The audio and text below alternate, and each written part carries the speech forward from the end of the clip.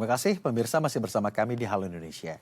Warga Yogyakarta bernama Esther Wulan menciptakan supermarket pangan di pekarangan rumahnya. Di lahan seluas kurang lebih 30 meter, ia menanam berbagai sayur dan buah-buahan organik serta edible flowers yang mampu menjadi makanan sehat bagi keluarganya. Berawal dari ingin memberikan makanan sehat untuk keluarga, warga Yogyakarta bernama Esther Wulan memutuskan menjadi seorang petani organik. Di pekarangan rumahnya seluas kurang lebih 30 meter, Esther menanam berbagai jenis sayur mayur, mulai dari sawi, kentang udara, cabai, tomat, dan berbagai jenis sayuran lainnya. Selain itu ada pula herbs, buah, edible flowers, bahkan tumbuhan liar yang Esther tanam untuk menjaga ekosistem di lingkungan rumahnya. Tidak hanya mengolah hasil kebun menjadi lauk pauk yang dimakan dengan nasi, Esther juga mampu membuat roti sehat dari kebunnya. Seperti roti sourdough focaccia yang berbahan dasar dari ragi alami dan bahan dari kebun seperti tomat cherry, daun bawang, bunga labu, dan berbagai edible flowers. Untuk menyiram tanaman, Esther menggunakan air hujan yang selalu ia tampung di dalam toren ketika musimnya tiba. Di kebun organik, Esther juga menggunakan pupuk organik yang ia buat secara mandiri. Di sini, ia memelihara ayam dengan kandang yang terintegrasi dengan kebun, sehingga kotorannya mampu menjadi pupuk kompos. Untuk membahasnya lebih lanjut, kita telah terhubung dengan Esther Wulan selaku pekebun organik. Halo, selamat siang Mbak Esther, apa kabar? Selamat siang Mas, kabar baik. Wah, alhamdulillah. Mbak Esther, ini menarik sekali ya. Membuat pekarangan menjadi gudang pangan, supermarket pangan. Mau apa tinggal ambil gitu ya. Kenapa Mbak Esther ini kepikiran loh. Ini saya ingin membuat sumber daya pangan begitu ya di pekarangan. Ya, awalnya dulu tuh ya lebih karena rasa kekhawatiran dengan apa yang kita makan ya, gitu. Karena kita nggak tahu ya, kalau kita beli di pasar kualitas bahan pangannya seperti apa. Sesimpel itu sih, ingin menyediakan pangan sehat yang lebih terjangkau untuk keluarga. Karena tentunya di pasar juga ada sayur organik, buah organik, tapi kan untuk kebanyakan orang biasanya kan agak susah dijangkau ya. Jadi ya untuk memudahkannya terjangkau, kemudian diaktifkanlah pekarangan sendiri untuk menanam berbagai bahan pangan. Oh ya Mas, mohon maaf saya mau koreksi sedikit ya tadi. Mungkin luas pekarangan saya itu sekitar 500 meter Mas. Iya. Luar biasa, 500 meter. Anda memanfaatkan pekarangan 500 meter tersebut, menanam apa saja Mbak Esther? Menanam dari tanaman pangan, buah, sayur, herbal, bunga-bunga yang bisa dimakan, umbi-umbian gitu. Dan juga tanaman-tanaman yang sifatnya hiasan juga ada. Jadi macam-macam sih saya nanamnya. Berangkat dari kekhawatiran bagaimana seorang Mbak Esther Wulan ya, ingin memiliki pangan yang sehat begitu ya, memilih sayur yang organik sehingga kenapa tidak menciptakan saja? Mumpung pekarangannya luas sekali nih, 500 meter ya Mbak Esther ya. Dan sebenarnya itu seluas itu nggak semuanya milik saya Mas. Jadi karena saya suka berkebun itu tadi, kemudian berpikir untuk menambah luasan dengan menyewa lahan di samping, kebetulan lahan desa gitu. Jadi sekaligus saya jadikan untuk tempat eksperimen saya atau membuat mini demplot lah seperti itu ya. Gitu. Jadi yang lainnya itu saya menyewa. Kebetulan di samping rumah, jadi masuk ke pekarangan. Oke, kemauan Anda untuk memiliki pangan sehat, mungkin itu juga yang membuat Anda memilih perkebunan organik. Iya. Sebenarnya kalau dalam perjalanannya itu nggak cuman karena pengen makanan sehat aja, tetapi ketika sudah didalami dan banyak belajar, ternyata bahwa kita menanam secara organik itu juga turut serta melestarikan lingkungan kita. Dan itu adalah hal yang sangat penting, tapi hal simpel yang bisa kita lakukan di rumah kita sendiri gitu. Hal itu juga dapat melestarikan lingkungan ya, menjaga kesuburan tanah, mengembalikan ekosistem begitu Mbak Esther ya? Iya. Tapi kalau boleh tahu, apakah background Anda memang seorang petani sehingga ini dengan mudah saja Anda aplikasikan? Background saya bukan seorang petani, ya. Kalau saya suka berkebun memang sejak kecil gitu, tapi baru di tahun 2019 belajar secara lebih serius gitu ya. Ya. Jadi ya belajarnya dari banyak hal sih, dari baca buku, dari internet, dari ikut kursus atau workshop kayak gitu, ya tanya orang yang lebih bisa gitu. Jadi banyak cara yang saya lakukan dan terutama adalah dipraktikkan. Nah, dari praktik itu kemudian kita dapat pembelajaran-pembelajaran yang baik maupun yang kurang pas gitu. Nah, itu sebenarnya lebih ke apa ya? Praktiknya itu yang paling penting kalau berkebun menurut saya ya. Berarti saya juga melihat bagaimana gairah seorang Esther Wulan begitu ya untuk mempelajari perkebunan organik mulai dari riset sendiri dan observasi sendiri begitu sehingga dapat mengaplikasikan hal ini. Lalu apa yang membedakannya dengan perkebunan konvensional? Mulai dari manfaat hingga ya. Yang membedakannya jelas kalau berkebun secara organik itu kita memakai pupuknya itu pupuk yang organik. Kalau konvensional kan biasanya memakai pupuk kimia sintetis dan pakai pestisida kimia sintetis lah. Kalau saya enggak, saya pakainya pupuk organik gitu. Dan emang tujuannya juga kalau saya enggak cuman bertanam organik tapi juga untuk melestarikan lingkungan, jadi memuliakan tanahnya, menciptakan ekosistem yang baik, melestarikan tanaman-tanaman gitu. Jadi banyak hal gitu, nggak melulu tentang dapat makanannya saja. Mulai dari pupuk dan juga pestisida organik ya, Mbak. Saya ingin ke pupuk terlebih dahulu. Cara buatnya gimana, Mbak Esther? Pupuk ini kan cara buatnya banyak sekali ya. Kalau bisa ya setelah saya mempraktekkan banyak hal, terus saya pilih yang paling sesuai dengan karakteristik saya, karakteristik di kebun saya, dan kemampuan saya untuk membuat. Saya sekarang lebih suka tuh bikin kompos, ditaruh di kandang ayam. Jadi pakai bantuan ayam untuk mencakar-cakar ya kan, ayam itu kan dia suka cakar sama totol-totol gitu ya, makan gitu ya.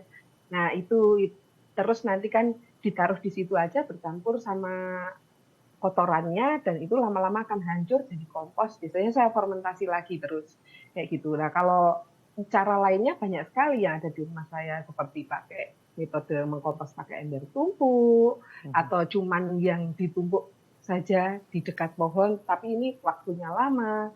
Terus untuk yang kompos atau pupuk cairnya bikin sendiri gitu dengan berbagai metode juga. Ada yang difermentasi lama seperti itu gitu dengan bahan-bahan organik. Banyak cara sih. Sebagai seorang pekebun organik saya juga sering bereksperimen juga, mencoba-coba juga gitu. Dan membandingkan juga kayak gitu. Kalau misalnya pakai cara yang ini, pakai cara yang itu seperti apa gitu, di tanaman hasilnya seperti apa kayak gitu. Artinya yang ada di pekarangan terkoneksi juga membantu membuat sebuah ekosistem organik yang baik, termasuk hewan peliharaan, ayam begitu ya Mbak? Iya, dan emang yang diharapkan itu sistemnya itu kayak closed loop gitu ya Mas ya. Jadi apa yang dihasilkan kebun itu juga apa yang menjadi input untuk menyuburkan kebun itu sendiri. Dengan demikian biaya bertani juga lebih hemat, biaya berkebun lebih hemat ya. Kalau kita bicara tentang emisi karbon dan sebagainya, itu juga mengurangi hal-hal seperti itu karena kita nggak perlu terlalu jauh untuk menyediakan pupuk-pupuk itu ya, meskipun tidak menyangkal juga bahwa kebutuhan akan pupuk itu juga belum bisa dicukupi dari hasil mengkompos sendiri, tapi setidaknya kita mengurangi ketergantungan dari mencari di luar. Jadi sebenarnya manfaatnya banyak sekali. Berapa persen akhirnya kebun itu dapat mandiri dari hasil perkebunan itu sendiri mulai dari pupuk dan juga pestisida, Mbak? Pupuk, kalau pupuk saya bisa bilang sekitar 70% saya itu pupuk itu pakai pupuk sendiri ya. Hasil kebun? Yang ya, 70-80% ya. Saya yang nggak pakai pupuk sendiri itu misalnya saya beli kotoran kambing karena saya nggak pelihara kambing gitu. Nah itu saya beli. Nah itu kan hal-hal yang nggak bisa saya tolak ya. Maksudnya saya belum bisa menyediakannya. Jadi harus beli kalau maunya pupuk kambing kayak gitu. Wah luar biasa sekali. Tadi juga saya lihat ada kolam ikan ya Mbak ya? Ya memang Ada disediakan kolam juga ikan, untuk, iya. itu bukan sekedar untuk berternak ikan begitu, tapi juga menjadi Iya, manfaat juga bagi kebun. heeh. Iya, itu untuk airnya kan kalau kolam ikan kan juga harus sering dikuras juga ya. Jadi Hmm. airnya juga dimanfaatkan untuk menyiram tanaman, kadang juga untuk bahan jadi pupuk organik cair yang dari apa namanya dari air kolam gitu. Terus juga untuk menanam dengan metode aquaponik ada juga. Oh, seperti itu. Jadi ya, jadi mungkin tadi di video itu nggak kelihatan ya, tapi Ya, sebenarnya saya juga punya yang kolam, ada tanamannya di atasnya seperti itu. Jadi nutrisinya dari kolamnya, dari air kolam. baik. Ini kan juga membedakan antara perkebunan secara signifikan ya, antara perkebunan organik Ya, dan juga konvensional yaitu pestisida. Kalau iya. Mbak Esther sendiri membuat pestisida ini seperti apa, Mbak?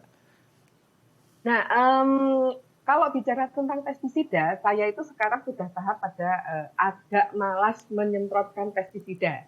Jadi saya mengandalkan cara-cara lain dalam pengendalian hama, misalnya dengan penanaman biologia, dengan keanekaragaman hayatinya, sehingga itu membentuk ekosistem yang lebih seimbang karena akan mengundang berbagai macam serangga dan Ya. juga makhluk hidup yang lain yang sebenarnya saling keterkaitan gitu ya kalau kita bicara tentang jejaring kehidupan kayak gitu. Tapi saya juga dulu sempat pakai pestisida nabati atau organik.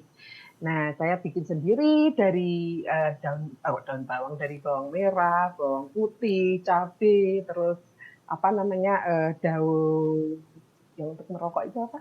Tembakau Tembakau. kayak gitu. Tapi memang untuk pestisida yang nabati itu kita harus sangat rajin menyemprotkannya ya. 2 hari sekali, 3 hari sekali gitu. Dan itu kalau kebun kita luas, itu cukup menguras energi dan waktu. Iya, iya. Apalagi kita nggak punya banyak tenaga untuk melakukan itu. Jadi saya juga mengandalkan cara-cara lain yang meminimalisir hal-hal yang kayaknya menguras energi saya karena saya nggak punya SDM sebanyak itu, seperti itu. Artinya kealamian itu juga mendorong efisiensi ya dalam perkebunan organik Iya, ini. Tapi saya juga ingin iya benar. bertanya, banyak yang bilang katanya kebun organik itu tanahnya subur, tanahnya sehat, lingkungannya juga baik. Saya ingin bertanya, memang seperti apa sih maksudnya? Tapi jangan dijawab dulu, Mbak Esther, karena kita akan jeda terlebih dahulu. Pemirsa juga jangan kemana-mana, tetap di Halo Indonesia.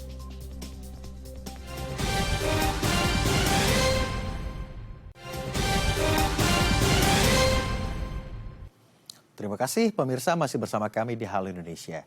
Kita masih melanjutkan diskusi bersama Ibu Esther selaku pekebun organik dari Sleman, Yogyakarta. Bu Esther, Ya, Mas. Mbak Esther, saya ingin bertanya seperti yang tadi pada segmen sebelumnya saya ingin mempertanyakan, katanya benar kebun organik ini tanahnya lebih sehat, lingkungannya lebih lestari begitu. Apa sih yang menyebabkan hal itu? Terus bagaimana? Apa yang terlihat begitu secara langsung di sana? Ya, memang benar bahwa berkebun organik itu lebih sehat karena apa? Karena tadi pertama input atau materi yang kita berikan ke tanah itu adalah material organik yang Mhm. alami, yang sangat minim atau bahkan tidak ada bahan kimia sintetisnya, sehingga kan itu akan membuat em, makhluk hidup ini kan banyak banget ya. Baik yang di dalam tanah itu juga banyak sekali mikroorganisme, nematoda dan sebagainya. Itu pada betah di situ gitu, tidak merasa terganggu. Nah, mereka ini kan makhluk-makhluk yang organisme yang membantu juga untuk menyuburkan tanah kita ya. Jadi perbedaannya itu kelihatannya mungkin bukan instan ya, bukan secara cepat, misalnya 3 bulan kelihatan itu tidak, tetapi dalam jangka panjang misalnya 1-2 tahun itu sudah mulai kelihatan bahwa sepertinya itu menanam apa saja tumbuh di situ. Mudah kayak gitu. Terus tanahnya menjadi gembur. Hal-hal seperti itu sih identifikasi kita melihatnya. Kalau misalnya kita perbandingkan kayak saya kan kebetulan saya tinggalnya di area pertanian juga ya. Iya. Tanah tetangga atau sawah tetangga yang diberikan banyak sekali pupuk kimia sintetis gitu dan minim sekali memberikan material organik ke dalamnya, itu lama-lama biasanya tanahnya jadi memadat seperti itu. Nah, ketika tanah memadat itu kalau misalnya turun hujan, tanahnya itu kan susah sekali menyerap air hujan Iya, iya. kayak gitu ya. karena padat. Tapi kalau yang tanah gembur itu kan pasti mudah. Seperti tanah di hutan itu kan tanahnya banyak humusnya ya. Jadinya tanahnya gembur, itu mudah menyerap. Apalagi itu banyak pohonnya, jadi tersimpan di dalam tanah. Nah kalau misalnya yang tanah terlalu banyak kimia sintetisnya ini, biasanya problem yang dialami tetangga-tetangga saya yang menjadi petani itu mereka mengeluh, Kak, aduh kok lama-lama tanaman cabai saya itu kena penyakit terus gitu. Lama-lama jadi produktivitasnya jadi menurun, jadi harus berani sekali nambah pupuk kimia sintetis, apalagi sekarang ditambah dengan problem bahwa pupuk kimia sintetis itu harganya juga tidak murah ya. Jadi sebenarnya permasalahannya itu sangat kompleks, tapi ya udah banyak yang tergantung gitu ya. Nah, Anda kan tadi menyebutkan Mbak Esther itu tinggal di lingkungan di kawasan pertanian begitu ya, perkebunan juga. Iya. Lalu mayoritas masihkah menggunakan pertanian konvensional yang tergantung dengan kimia, atau sebaliknya sudah mulai melek nih sama perkebunan organik yang banyak menghasilkan manfaat termasuk kelestarian lingkungan?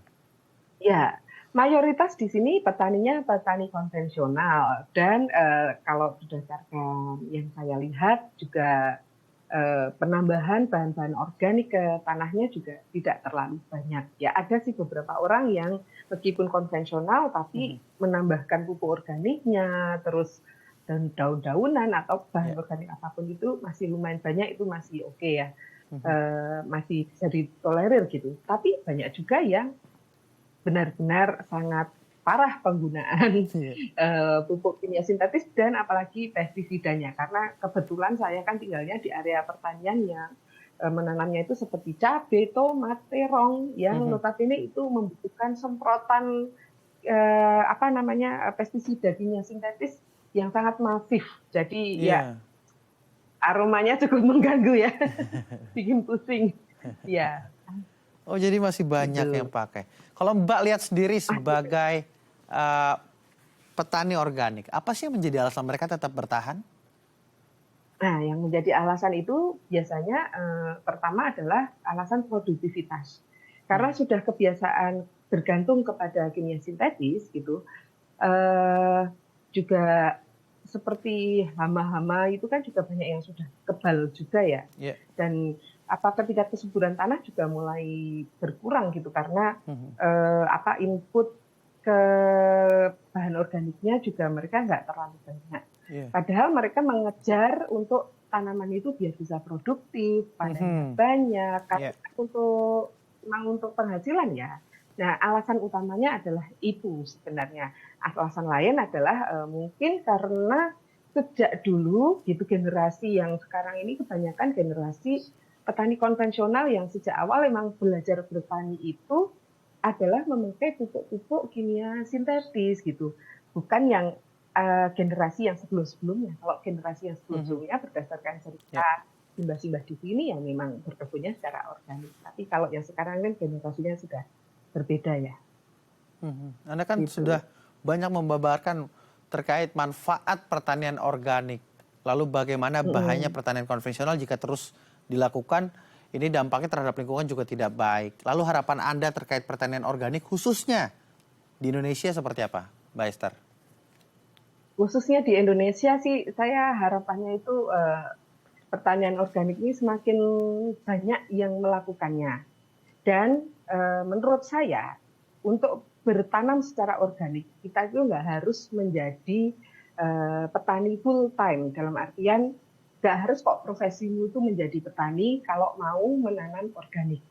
Kita cukup mengaktifkan pekarangan kita bisa berkebun secara organik, dan itu sangat membantu alam ini, dan hasil dari kebun kita itu bisa kita nikmati gitu. Meskipun mungkin yang ditanam, kalau pemula kan biasanya kadang yang ditanam bukan tanaman pangan ya, misalnya tanaman lainnya gitu kan, tetap juga bisa kita nikmati oksigennya seperti itu. Jadi tidak ada yang negatif. Nah kalau itu dilakukan banyak orang, nah itu akan menghasilkan sebuah gerakan gitu. Bayangkan saja sih, itu yang melakukan seperti itu, setiap rumah melakukan seperti itu ya gitu, tanpa tergantung harus menjadi petani atau tidak, tapi tetap melakukan hal seperti itu gitu.